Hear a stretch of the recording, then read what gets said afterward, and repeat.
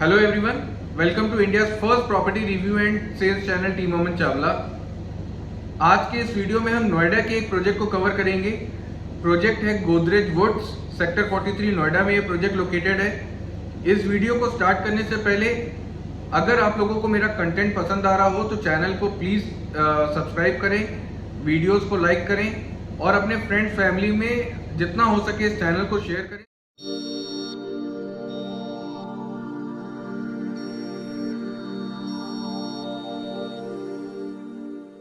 Godrej woods sector 43 Noida में located है। इस प्रोजेक्ट के बारे में पहले थोड़ा सा ब्रीफ करते हैं, फिर उसके बारे में आगे चल के प्लस एंड माइनस की बात करेंगे। ये पूरा कैंपस जो गोदरेज वुड्स है ये golf course Noida golf course से बिल्कुल सटा हुआ लोकेशन पे ये प्रोजेक्ट है। ये लैंड पार्सल है। ये प्रोजेक्ट जेवी प्रोजेक्ट है। शिप्रा और गोदरेज के बीच में जो लैंड पार्सल है वो शिप्रा ग्रुप का है और जो डेवलपमेंट और सेल्स एंड मार्केटिंग राइट्स हैं वो गोदरेज के पास में है। सारा डेवलपमेंट गोदरेज को करना है इस साइट के ऊपर। ये प्रोजेक्ट में टोटल 10.95 एकड़ के साइज का ये पूरा प्रोजेक्ट है। इस प्रोजेक्ट में 2 BHK एंड 3 BHK को अभी लॉन्च किया गया है। अभी से मेरा मतलब लॉन्चिंग ऑलरेडी हो चुकी है, 1 साल 8-9 महीना पहले। इस प्रोजेक्ट में 2 BHK 1255 स्क्वायर फुट और 3 BHK 2055 and 2088 square foot size में आपको अवेलेबल मिलेगा। 2 BHK का कॉस्ट अप्रोक्सीमेटली 1.35 से 1.40 CR के रेंज में आता है और 3 BHK जो है वो 2.40 से 2.9 या 3 CR की रेंज में आता है। ये थोड़ा हाई एंड सेगमेंट को कैटर कर रहा है ये प्रोजेक्ट। इस प्रोजेक्ट में पर्टिकुलरली पिछले 1 महीने में कुछ NRIs ने या नोएडा की तरफ जो लोग इंटरेस्टेड हैं, कुछ high net worth income group people जो हैं उनकी तरफ से कुछ ज़्यादा इंक्लिनेशन दिखा है। उसका स्पेशल रीजन रहा है 2080 पेमेंट प्लान, जिसको मैं आगे चल के कवर करूंगा। और उसी वजह से कुछ क्वेरीज आ रही थी, कुछ कंफ्यूजन थे लोगों को। मेरा पॉइंट ऑफ व्यू जानना चाह रहे थे इस प्रोजेक्ट के बारे में, जो इस चैनल की USP है, प्लस एंड माइनस शेयर करना। अभी फेज 1 को लॉन्च किया गया है जिसमें 3 टावर्स हैं। 25-27 फ्लोर साइड के टावर्स होंगे और जो पोजीशन है वो 2024 या 2025 तक एक्सपेक्टेड है। क्योंकि कोरोना की वजह से बहुत ज़्यादा ट्रैवलिंग अभी नहीं कर रहे हैं सेफ्टी पॉइंट ऑफ व्यू से, इस वजह से गोदरेज के कुछ वीडियोस की क्लिप हमने मंगवाई है जिसको हम अभी अपने चैनल पे शेयर करेंगे, जिससे आपको एक आइडिया लगेगा उस पूरे प्रोजेक्ट। अब हम बात करते हैं इस प्रोजेक्ट के प्लस और माइनस पे, pros and cons of this project Godrej woods sector 43 Noida. सबसे पहले स्टार्ट करते हैं प्लस।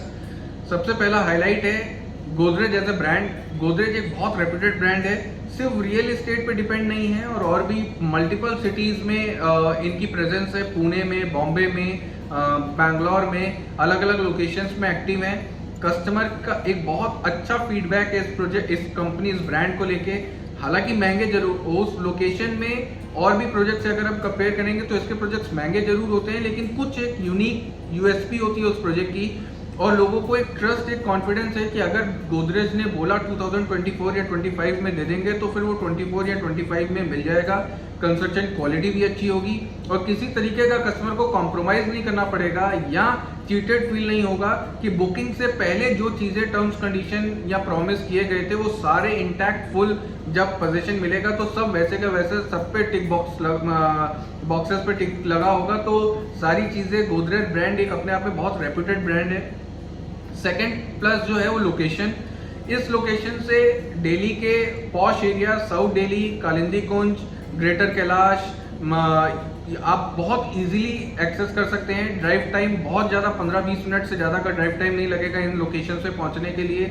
नोएडा के मेन अट्टा मार्केट या मॉल ऑफ इंडिया या GIP ग्रेट इंडिया पैलेस जैसे बड़े बड़े मॉल्स बहुत क्लोज विसिनिटी में है। नोएडा गोल्फ कोर्स हार्डली मेरे ख्याल से 200-300 मीटर के डिस्टेंस पे भी नहीं होगा। नियर बाय सारे बड़े स्कूल्स हैं, हॉस्पिटल्स हैं, कोचिंग सेंटर्स हैं, कम्यूटिंग बहुत आसान है, पब्लिक ट्रांसपोर्ट बहुत इजीली अवेलेबल है। नोएडा गोल्फ कोर्स एक बहुत नियरेस्ट मेट्रो स्टेशन है जो वॉकिंग डिस्टेंस है इस प्रोजेक्ट की साइट से।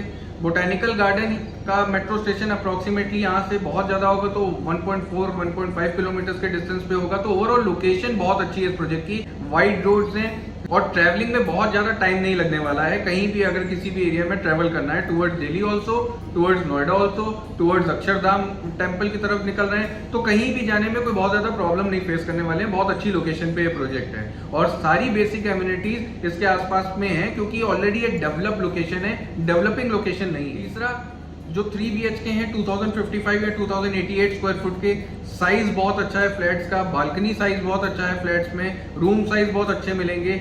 जो प्राइस पॉइंट चार्ज किया जा रहा है, जो भी कस्टमर इस इतने बजट में इस प्रोजेक्ट को परचेज करेंगे उनको डेफिनेटली बड़े रूम साइज से बहुत मतलब होगा, बालकनी बड़ी चाहिए होंगी, एमिनिटीज अच्छी चाहिए होंगी। तो इस पूरे प्रोजेक्ट में साइज बहुत अच्छा है, एमिनिटीज बहुत ही अच्छी हैं। क्लब हाउस 25,000 स्क्वायर फुट में क्लब हाउस है, जिसमें शॉप्स भी होंगी, आपका स्विमिंग पूल और बाकी सारी मॉडर्न डे एमिनिटीज होंगी। और क्लब हाउस को प्रोबेबली मेंटेन करेगी कोई एक हाई एंड ब्रांड, लाइक कुछ भी हो सकता है, द लीला भी सुनने में आ रहा है, या कोई भी ब्रांड उसको एक 5 स्टार होटल के तरीके से उसको मेंटेन करेगा। जो अंदर शॉप्स या जो भी अंदर कमर्शियल स्पेसेस हैं उस पे भी कोई रेप्यूटेड और बड़े ब्रांड्स ही आएंगे। तो ओवरऑल जो एमिनिटीज हैं वो बहुत अच्छी हैं। जो यूएसपी है इस प्रोजेक्ट की, जो यूएसपी है इस प्रोजेक्ट की, वो है 1.2 एकड़ पे पूरा फॉरेस्ट, जो एक वो मॉडर्न एक फॉरेस्ट एरिया डेवलप कर रहे हैं, close to nature, close to greenery. इस लोकेशन में नोएडा सेक्टर 43 में आसपास में पूरा गोल्फ कोर्स व्यू है और साथ में इस प्रोजेक्ट के अंदर में आपको पूरा फॉरेस्ट व्यू, जिसके लिए पिकनिक मनाने या छुट्टी पे वीकेंड पे हम बाहर जाते हैं, वो आपके कैंपस में, आपके प्रीमाइसेस के अंदर होगा। इससे ज्यादा लग्जरी आज के टाइम पे ग्रीनरी इज मोर लग्जरी। और इस रीजन से बहुत ज्यादा एनआरआईज या हाई इनकम ग्रुप पीपल जो नोएडा की तरफ लेना चाह रहे हैं, वो लोग बहुत इसमें इन्वेस्ट कर रहे हैं या अपने सेल्फ यूज पर्पज से प्लान कर रहे हैं। तो ये सबसे बड़ी यूएसपी इस प्रोजेक्ट की है। और जैसा कि मैंने पहले भी बताया, लास्ट जो सबसे बड़ा सेलिंग पॉइंट जो जिसकी वजह से प्रोजेक्ट पिछले 1 महीने में बहुत ज्यादा सेल हो रहा है नोएडा मार्केट की तरफ, वो है 2080 पेमेंट प्लान। 10% बुकिंग अमाउंट, और उस 10% बुकिंग अमाउंट के लिए भी 2 ऑप्शन है, या तो 1 महीने में कंप्लीट कर दीजिए या एक साथ कंप्लीट कर दीजिए, या कंपनी 2 महीना 60 डेज का टाइम दे रही है। फिर उसके बाद फिर से 10% देना है विद इन 5-6 मंथ्स। उसके बाद में 80% at the time of possession.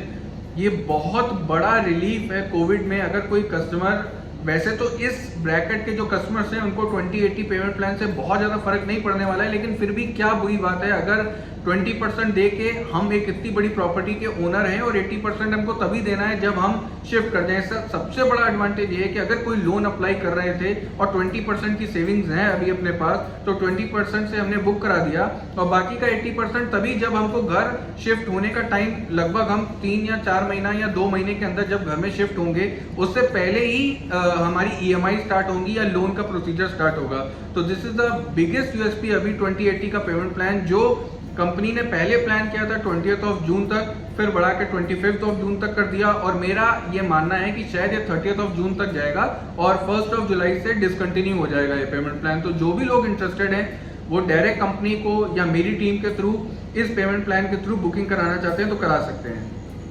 अब बात करते हैं निगेटिव्स, कॉन्स की, कि इस प्रोजेक्ट में अच्छाइयाँ तो बहुत हो गई, अब बुराई क्या है। सबसे बड़ी चीज़ जो मुझे बुरी लगी वो है कि 1255 स्क्वायर फुट का जो 2 BHK साइज है, वो जिस प्राइस पॉइंट 1.41 की रेंज में आ रहा है, 1.5 की रेंज में आएगा इंक्लूडिंग ऑल अदर चार्जेस, उस रेंज में जो रूम साइज है वो बड़े हो सकते थे। साइज मेरे हिसाब से 1350 या 1400 स्क्वायर फुट तक का 2 BHK साइज हो सकता था।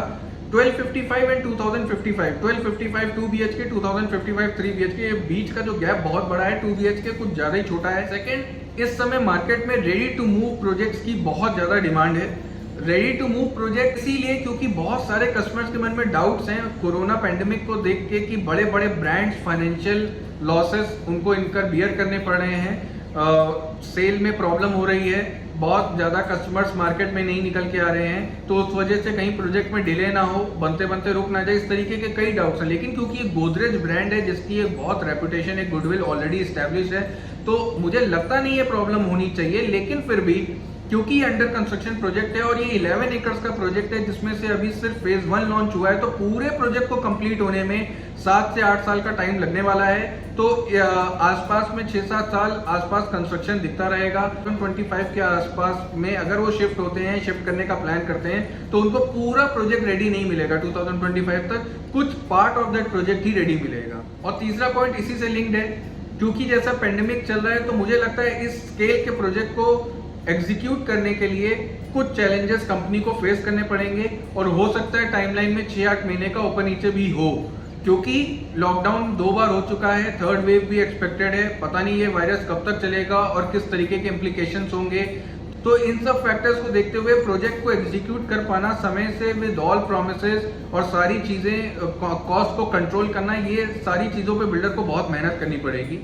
चौथा, जो ये 1.2 एकड़ का फॉरेस्ट एरिया डेवलप हो रहा है, ये जैसा दिखाया जा रहा है एज इट इज अगर वैसा एग्जीक्यूट हो जाता है तो मेंटेनेंस एक बहुत बड़ा प्रॉब्लम होगा।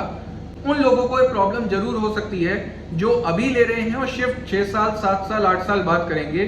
जब पोजीशन मिल जाएगा, पोजीशन के बाद से मेंटेनेंस का जो एक अमाउंट, एक बहुत हेफ्टी अमाउंट जो है मंथली जब जाना स्टार्ट होगा, तो बहुत मुझे लगता है कि जिन लोगों ने लिया है वो भी एक पॉइंट है जिसको दिमाग में रखना चाहिए कि अगर मैं अभी ले रहा हूँ और प्लान कर रहा हूँ 2028 या 30 में शिफ्ट होने का उस प्रेमाइसेस में, तब तक का मेरा मंथली मेंटेनेंस एनुअली 1.5 लाख के आसपास होगा या 1.8 लाख के आसपास होगा, इससे कम नहीं जाएगा, ऐसा मेरा एजम्पशन है।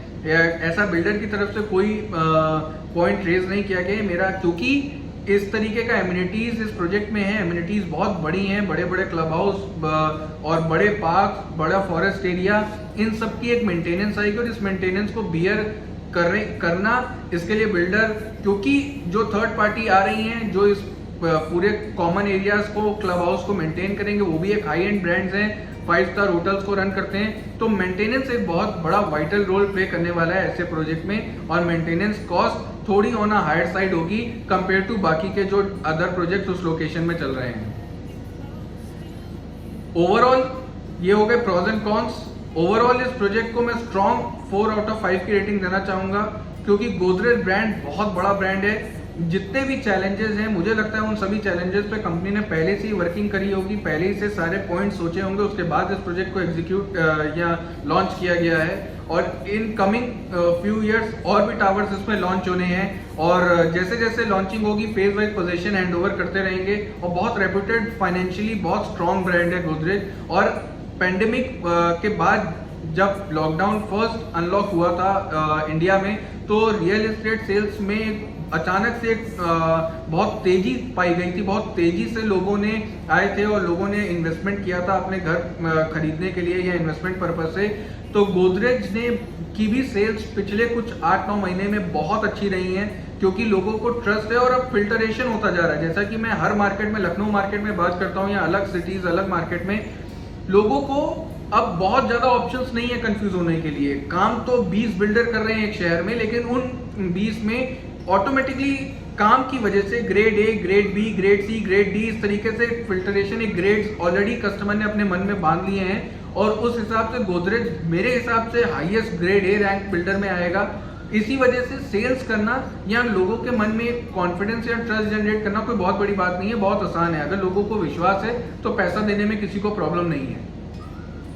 जो 1 स्टार मैं डिडक्ट कर रहा हूँ वो सिर्फ इस वजह से कि बहुत बड़ा प्रोजेक्ट है, टाइम लगने वाला है पोजीशन में, और जब मेंटेनेंस का एक पॉइंट आएगा तो उस पर कंपनी का क्या प्लान है, या किसी तरीके से अगर कस्टमर्स को ईज आउट, अगर इस प्रोजेक्ट में कोई इन्वेस्टमेंट पॉइंट ऑफ व्यू से प्लान कर रहा है तो बिल्कुल ना करें। ये एक बहुत हाई एंड रेंज का प्रोजेक्ट है। जितने हाई एंड रेंज के प्रोजेक्ट होते हैं उसमें रेंटल वैल्यू भी बहुत अच्छी नहीं, 2 या 3% या 1% के आसपास की रेंटल वैल्यू मिलती है।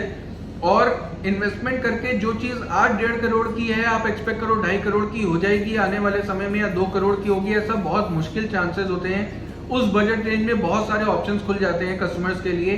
तो इसमें अगर एंड यूज खुद रहने के पर्पज से प्लान कर रहे हैं या फ्यूचर में कभी आके शिफ्ट करना है, और एक one of the kind project है, एक लग्जरी प्रोजेक्ट है जिसमें अपना लाइफस्टाइल, आपको लगता है मेरा लाइफस्टाइल इस यहाँ सूट करेगा या मुझे इनहेंस हो जाएगा, मुझे इस जगह इस लोकेशन में आके रहना चाहिए, उस हिसाब से तो ले सकते हैं, लेकिन इन्वेस्टमेंट के लिए मैं एडवाइस नहीं करूंगा किसी भी अपार्टमेंट प्रोजेक्ट में जो इतना हाई एंड साइट अपनी सेल कर रहे हैं। इस प्रोजेक्ट का डायरेक्ट कंपटीशन जो है वो एसोटेक सेलेस्टे प्रोजेक्ट एक ऑलरेडी सेक्टर 44 नोएडा में बना हुआ है। उस प्रोजेक्ट में रीसेल के ऑप्शंस मिल जाएंगे क्योंकि वो एक रेडी टू मूव प्रोजेक्ट है। इमीडिएटली लेके रजिस्ट्री करा के आप शिफ्ट कर सकते हैं। लेकिन जैसा कि कस्टमर फीडबैक से जब हम लोगों की बात होती है या इंडस्ट्री में हम लोग बैठते हैं, अपने लोकल नेटवर्क या दोस्तों से जब बात पता चलती है जो उस एरिया में उस लोकेशन में बहुत एक्टिव, तो नॉर्मल फीडबैक कुछ ऐसा है कि थोड़ा बहुत कंस्ट्रक्शन क्वालिटी का कंप्लेंट है और बहुत ज़्यादा लोग खुश नहीं है जितना प्राइस पॉइंट उन्होंने खर्च किया और जो एमिनिटीज या जो उनको कंस्ट्रक्शन क्वालिटी मिली ओवरऑल। तो अगर वेट कर सकते हैं तो गोदरेज नो डाउट एक मच बेटर ऑप्शन है। लेकिन अगर वेट नहीं कर सकते हैं और उसी एरिया में सेम लोकेशन एडवांटेजेस के साथ एक रेडी टू मूव प्रोजेक्ट में जाना है तो एसोटेक एक बहुत बढ़िया ऑप्शन है। सेलेस्टे सेक्टर 44 नोएडा, उस प्रोजेक्ट में आप इन्वेस्टमेंट के लिए या सेल्फ यूज के लिए प्लान कर सकते हैं क्योंकि वो एक रेडी टू मूव प्रोजेक्ट है। उम्मीद कर रहा हूँ मैंने सारे पॉइंट्स कवर किए होंगे और जो मेरा व्यू पॉइंट जानना चाह रहे थे इस प्रोजेक्ट पे या हमारे थ्रू बुक कराना चाह रहे थे इस प्रोजेक्ट पे, तो उनको एक आइडिया लग गया होगा। अभी डिसीजन लेना शायद थोड़ा आसान हो जाएगा या मेरी वजह से शायद थोड़ा सा मैं हेल्प कर पाया हूँ आपके थॉट्स को क्लियर करने में। इसी तरीके से चैनल को फॉलो करें, सब्सक्राइब करें and keep sharing this content with your friends, family, relatives, everyone out there. Maximum लोगों तक रीच हो और मैक्सिमम लोग जल्दी से जल्दी इसको सब्सक्राइब करें। Thank you so much.